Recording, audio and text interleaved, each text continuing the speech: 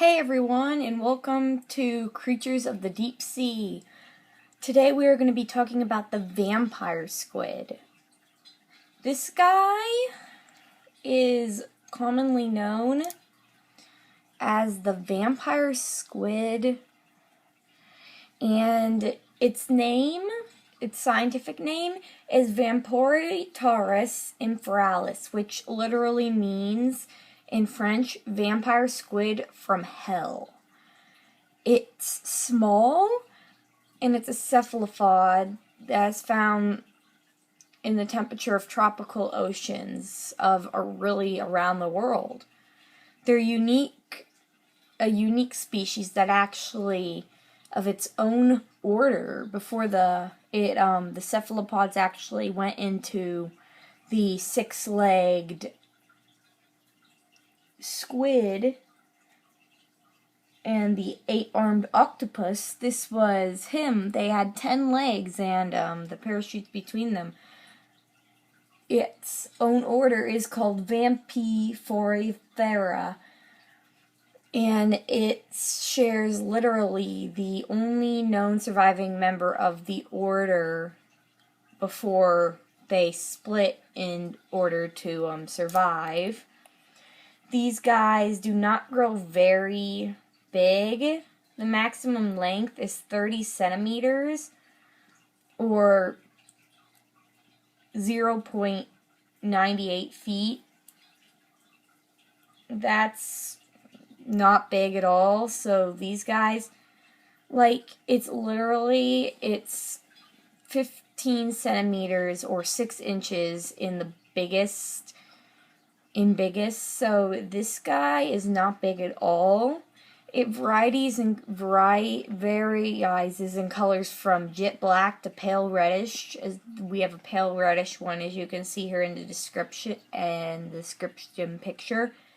And it has webbing skin connecting its 8 arms, which are lined with rows of fleshy spikes of serae, which it uses to catch prey, which I do have a picture here, and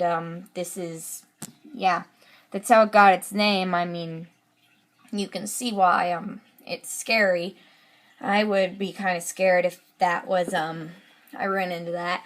But as you can see, the reason it's called the vampire squid is because of its teeth in there, and because this animal will literally, if it's threatened, it will surround its whole entire body with its spikes in order to keep the animals from attacking it. And it makes it look like, well, a vampire's cape, I guess. And the mature adults have small fins, like almost any squid, which are right here, that they use to help it project through the water. The vampire squid is a really good example of a deep-sea cephalopod. And it usually lives 2,000 to 3,000 feet or more down. And it actually, unlike this guy, can actually maintain agility and buoyancy with little effort, because it actually has balancing organs inside its body, just like we have in our ear. So yeah, this guy is very, very cool. The vampire squid, the reason it has those spikes though is because it does not have ink. So yeah, this guy doesn't have ink. So yeah, like every squid, this guy has no ink. He just curls up into that one state and does that, and it actually flashes, apparently, also a light that dazes the predator, makes it confused, unable to identify if this is really food or not.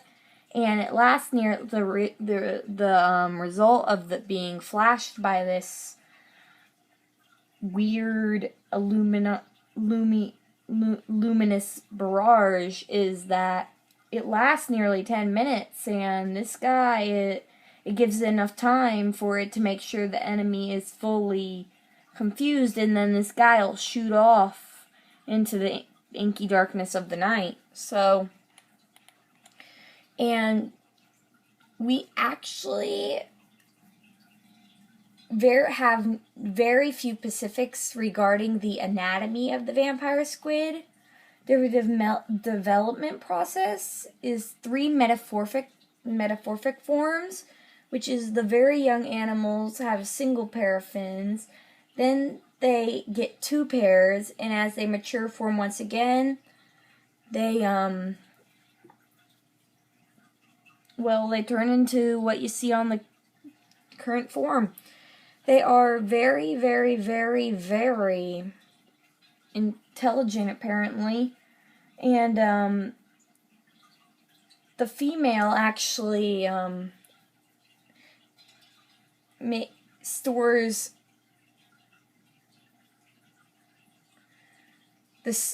the male's sperm for long periods until she's ready to fertilize her egg. Once she does fertilize her eggs, she may need to stay over them for about 400 days before they hatch. And the female will not eat for this whole time, and as a mother's loving thing, she actually dies due to this. The hatchlings are 8 millimeters in length and are well-developed miniatures of the adults, with some differences lacking the webbed arms, and their eyes are smaller. They are very adorable, I gotta say. Much cuter than the adults. What behavioral data is known from these guys are encounters with ROVs, which are deep-sea exploratory vehicles, and they're often injured during capture and survive only 2 months in aquaria, which is in captivity. An artificial environment makes reliable observation, non-defensive behavior difficult. In May 2004, the Monterey Bay Aquarium, which I actually went to, was the first aquarium to ever put this species on display. And unfortunately, I missed out on seeing these guys, so again, I'm kind of irritated about that. I also missed out on seeing the Octoberorus adorabilis. That one I'm really teed off. But the vampire squid? Oh man, I still can't believe it. Vampire squids are usually observed drifting along the deep black ocean currents, and they are found usually alone. These guys can actually are capable of swimming at speeds of 2 lengths per second. That is with an acceleration time of 5 seconds. However, they have weak muscles which limit their stamina really badly. Unlike their relatives who live in hostable climates like the normal squid and the octopus, these deep-sea cephalopods they need their energy because in their world, it's eat or be eaten. So the low density of their prey is pretty helpful. So, and this is funny that the defense that they actually do, they call it pumpkin, pineapple, or pineapple pose. Which it actually claps its arms over its entire head, and it literally looks like, a pineapple or a pumpkin.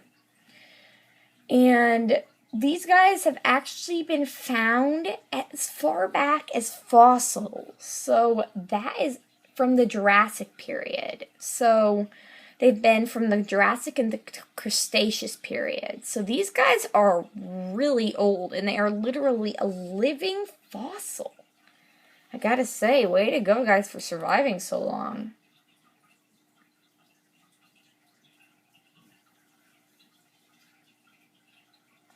And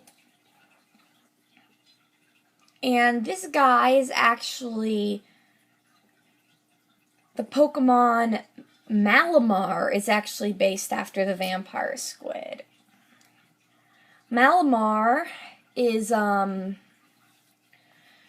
very, very, very creepy. I've got to give it that much. And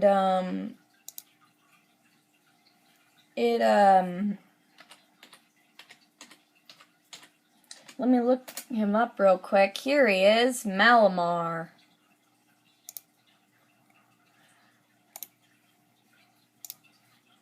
Now I'm gonna get rid of the image of him right here. I'm gonna cut that in. Ugh.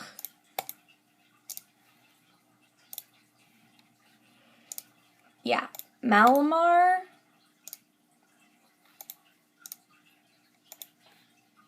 Should paste.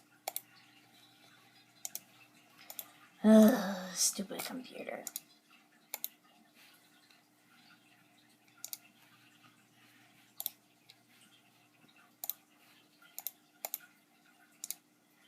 There we go. This is Malamar. This Pokemon is scary because it actually has hypnosis powers. Yeah, this guy was based after